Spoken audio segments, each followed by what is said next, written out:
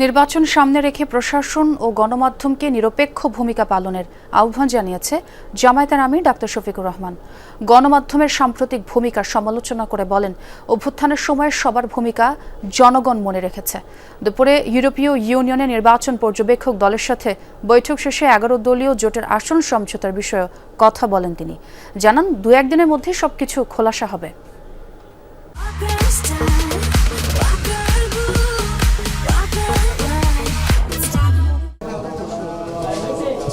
নির্বাচনকে সামনে রেখে জামায়াতে ইসলামীর আমিরের সঙ্গে বৈঠক করেন ইউরোপীয় ইউনিয়নের নির্বাচন পর্যবেক্ষণ মিশনের প্রধান পর্যবেক্ষক ইভার্স আইজাবস।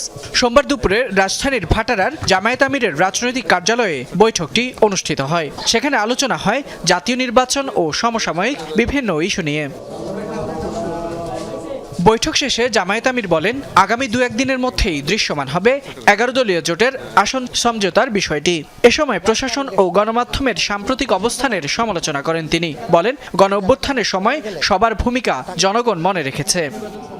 মূলধারার গণমাধ্যম তাদেরকে দেখা যাচ্ছে তাদের রোল কোনো একটা নির্দিষ্ট দলের পক্ষে ঝুঁকে যাচ্ছে।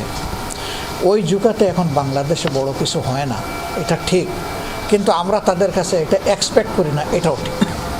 গণমাধ্যমের পজিশন, গণমাধ্যম এটা দলীয় মাধ্যম না, এটা মাথায় রেখে গণমাধ্যম ফাংশন করুক, সেটাই আমরা প্রত্যাশা করি। এ সময় জামায়াত আমির বিভিন্ন জায়গায় দলের নারী কর্মীদের হেনস্থায় উদ্বেগ জানান।